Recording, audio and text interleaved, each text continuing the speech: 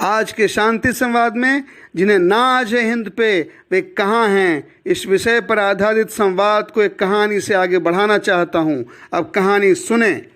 हठी विक्रम ने शमशान में पेड़ से शव को कंधे पर उठाया तो शव में स्थित बेताल विक्रम से बोला, हे राजन, आपकी थकान मिटाने के लिए मैं एक गधा प्रसाद की कथा सुनाता हूँ। वही गधा प्रसाद जिसकी अंत्येष्टि आज दोपहर को शमशान घाट में हुई थी। गधा प्रसाद के दो पुत्र थे, पहला विद्याबल और दूसरा चक्कूबल। चक्कूबल मतलब छुरा बल, विद्याबल मतलब जो पढ़ाई में बहुत तेज हो। विद्याबल पढ़ाई में अपने नाम के अनुसार बहुत कुशल था। वह तमाम परीक्षाओं में स्वर्ण पदक हासिल करके पास हुआ था। गधा प्रसाद ने पता लगाया कि इतने तेज बेटे के लिए क्या क्या विकल्प उपलब्ध है। पता चला श्रेष्ठ छात्र वही भारत में रहते हैं जो विदेश नहीं जा पाते। मैरिज बाजार में, शादी के बाजार में सबसे ज़्यादा रेट इंडियन छात्र के लिए नहीं, एनआरआई यानी नॉन रेसिडेंट इंडियन के लिए होता है। जिस प्रकार आमों में श्रेष्ठ आम अल्फांसो भारत में नहीं न्यूयॉर्क में मिलता है, उसी प्रकार श्रेष्ठ भारतीय बालक भारत में नहीं अमेरिका में सुलभ होता है। गधा प्रसाद को बताया गया कि अब श्रेष्ठ स्कूलों में भारत देश हमारा सबसे प्यारा नहीं पढ़ाया जाता, बल्कि अब पढ़ाया जाता है यह दुनिया हमारा अमेरिका सबसे प्यारा। ऐसा इसलिए माना जाता है कि कायदे के बच्चे को अंततः अमेरिका या इंग्लैंड में ही रहना है।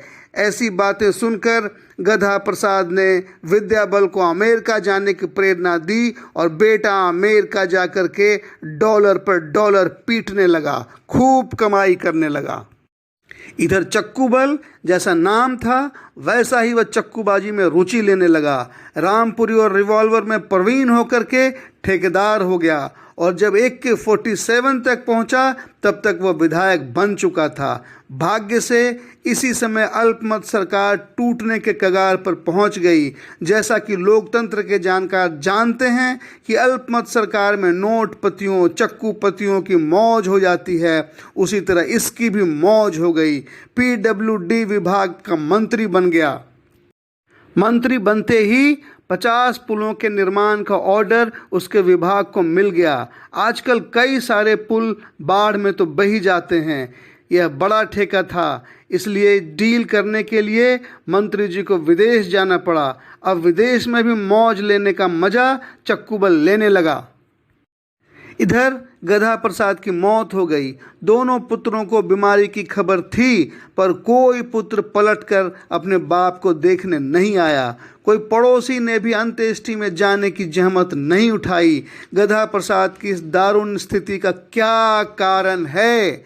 विक्रम, अगर तुमने इस प्रश्न का जवाब नहीं दिया तो सास बहू सीरियल की लगातार 50 कड़ियाँ देखने की सजा दूंगा, जिसके फलस्वरूप तुम्हारा सिर दर्द से फट करके 100 टुकड़ों में बंट जाएगा।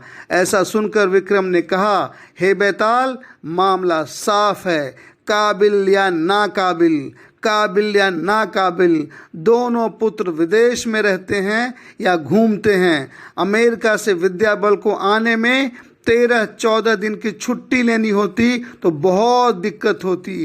13-14 दिन की छुट्टी कैश कराएगा तो हजारों डॉलर मिलेंगे। चक्कूबल का भी मामला बिल्कुल साफ है। आजकल कौन कब तक मंत्री रहेगा कौन जानता है। जब दाव लगे तो रकम पीट लेने में ही अक्लमंदी है। 50 पुलों के निर्माण के डील को छोड़कर बाप की अंत्येष्टि में आना निहायत बेवकूफ़ी का काम है। न बाप वापस आएगा न डील वापस आएंगे। बाप से तो कुछ मिलना नहीं, डील से बहुत कुछ मिल सकता है। ज्ञानी पुरुष रिश्ते नाते का मोह त्याग कर सिर्फ कर्मों और डीलों में ही व्यस्त रहते हैं। सो किसी बाप को काबिल या नाकाबिल दोनों तरह के पुत्रों के भरोसे नहीं मरना चाहिए।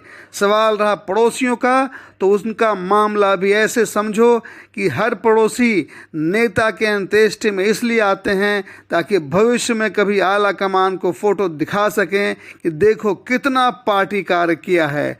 किसी कंपनी के बॉस के अंत्येष्टि में लोग इसलिए जाते हैं कि उत्तराधिकारी को दिखा सकें कि वह बॉस के लिए कितने कुर्बान रहा करते थे। एक्टर एक्ट्रेस की अंत्येष्टि में लोग इसलिए जाते हैं ताकि वहाँ सुंदरियों को निहार सकें।